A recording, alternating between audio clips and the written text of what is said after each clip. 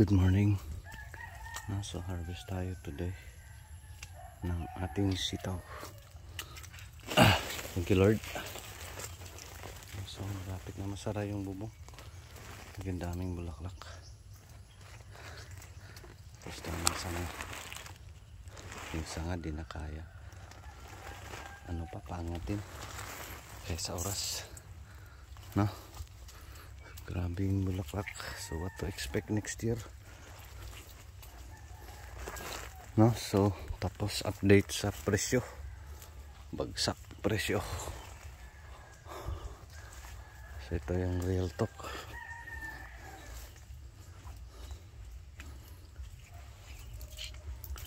Ito yung problema ng mga manggugulay tuwing Pasko. Saka masaklap na problema ay kinuha na guys doon sa multicab. Time check 10:30. So balik tayo sa Sitaw Star Pasmo.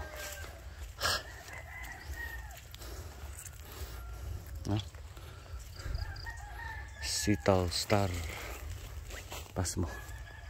So dito na tayo sa taas. Dami ng damo. So yung bubong, sa lubong yung mga maiikling rose. Maganda tingnan. Dito na harbisan na, no? So tapos dun tayo sa real talk. Pinaka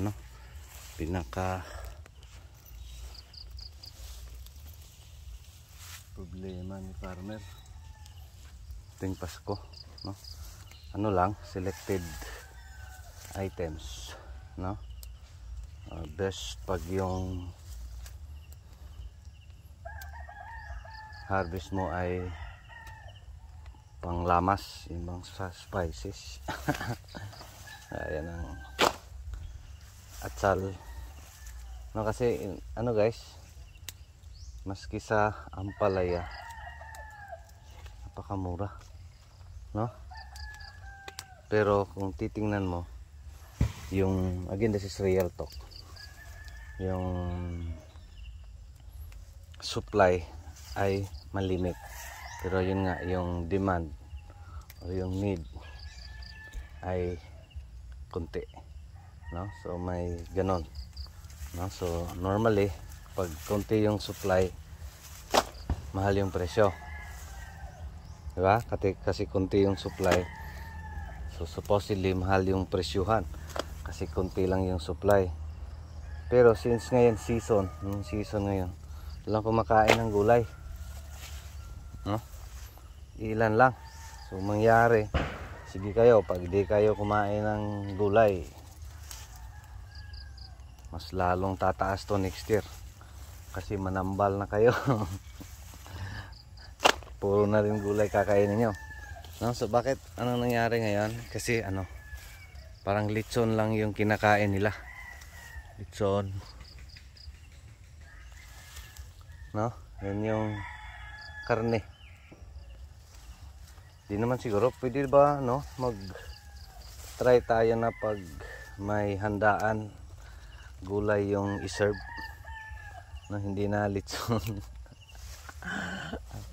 Para magmahal yung ano, magmahal yung gulay tuwing Christmas, no? Huwag na kayong maglitson kasi maha-high blood lang kayo niyan, no? So kayo ay ini-encourage ko na kumain ng gulay sa Pasko, no? Huwag puro litson kasi tsak by next year, no? Ano kayo, gagamutin niyo yung mga sobrang fats ninyo, sobrang cholesterol ninyo,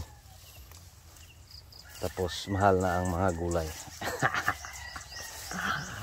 Ay nako, no? So yun yung real talk. Ang hirap guys, no? Sa atin tawa-tawa lang tayo, pero yung harvest natin para pang sahod lang. Bili tayo ng insecticide, fungicide, abono, walang natira. Yan yung harvester ko, lalong gumanda. Ang hirap. no? So yan yung real talk dito. Again, update sa ating sitaw. Daming bulaklak.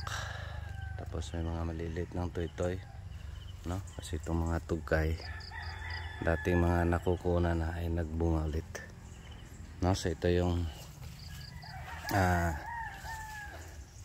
kagandahan sa sitaw, na maganda yung paglago. Tapos hindi na apuruhan sa kalawang, no? So dati, kung makikita nyo dun sa ating mga previous na mga sitaw, ganitong edad, wala na, puro nakalawang. Of course kinakalawang to, pero hindi kaya ng dati na puno-puno, no? Considering ngayon is grabe yung ulan, extremes. So at least kere pa, no? So ng ating mga sitaw. So again, yan yung isa sa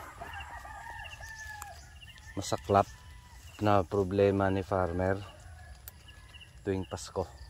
Of course, again, ulitin natin, may mga ganun talaga dito sa amin, no? Buti nga ngayon hindi umabot yung sitaw sa tag-gis, tag-size, no? May mga Pasko na di mabinta-binta talaga. So at least dito 20, 25 at least mabenta, no? Kaysa G's umabot ng 5. Kasi nga lalo pag marami yung supply, no? Tsamba tayo ngayon kasi di masyadong marami yung nagtatanim, di ba? Hindi masyadong marami yung ating kasabay, no? Pag marami pa, tsak 5. Dahil Pasko, walang kumakain ng sitaw. Yan yung masaklap dito sa sitaw. Of course, maski sa ampalaya, bagsak presyo din. Ano lang yan, dito sa ating mga tinatanim. Opo, update sa opo, tag-gis, okay na yan. Pero wala pa naman tayong ma-harvest, no? So, yung mabenta for now is more on prutas, karne, no? Yung pang bilog-bilog, tapos yung mga spices, no? So of course yung mga ganon is lang, seasonal, no? So doon sa mga fruits, again sa atin, na yan, parang assignment na doon sa mga area na ibang pwede lang iwan-iwanan. Maganda yung mga venture sa prutas, no? Isang tanim lang, tapos of course matagal yung pag-harvest kasi it takes years bago ka maka-harvest. Pero worth naman yon, kasi isa lang yung beses ka lang magtanim. Of course di rin pwede hindi aalagaan yan, no? Kailangan mo ring mag-maintain,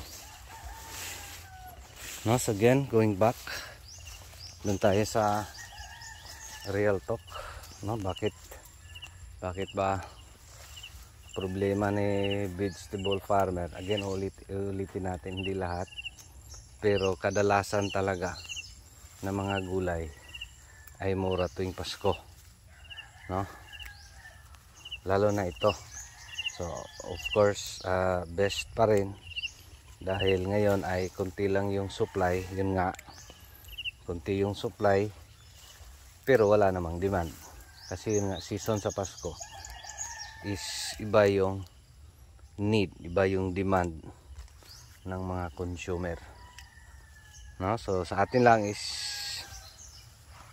paano makasurvive itong ating tanim na by next year, after Pasko, after New Year, ay buhay pa, no? Dahil based sa nakikita nating kalagayan or sitwasyon sa ating panahon, walang matinong tanim, no? Walang matinong tanim na matitira pag ganito everyday ulan, no? So dito sa atin, parang ilang weeks na, ilang days na siguro mga lampas 1 week na, joke. 10 days. 2 weeks. Of course, this week yung grabe kasi everyday talaga. So last week may ulan-ulan. So ngayon is everyday. Basa yung itlog namin. So sa atin is paano natin ito? Kasi based sa projection ko, based sa nakikita ko talaga, magbabago yung presyo by next year kasi ma-normalize na yung season. Of course dito sa Cebu ano yan, extended. Bakit extended? Kasi kumakain pa yan sila ng litson pa rin kasi papalapit yung sinulog, no? Pero since hindi lang Cebu City yung market dito, is may chance talaga considering nagko-contain na yung supply kasi grabe yung ulan. Kumusta sa area ninyo? Dito grabe na, no? May tubod-tubod na nga tong ano namin area, free irrigation na, no? So yun lang guys, harvest pa kami, parang matagal lang tayo nito. Maging sitaw star pass muna naman tayo. So again, ito ay update 13th blessings, 13th harvest ng ating sitaw. Thank you Lord. So tapos aalagaan natin, maski sa atin lang dito, spray, maski may tumi lang, pang survive, no?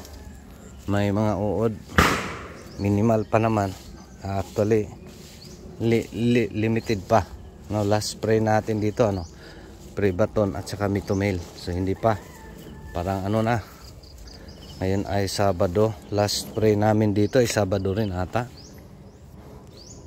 no? Tapos grabe yung ulan.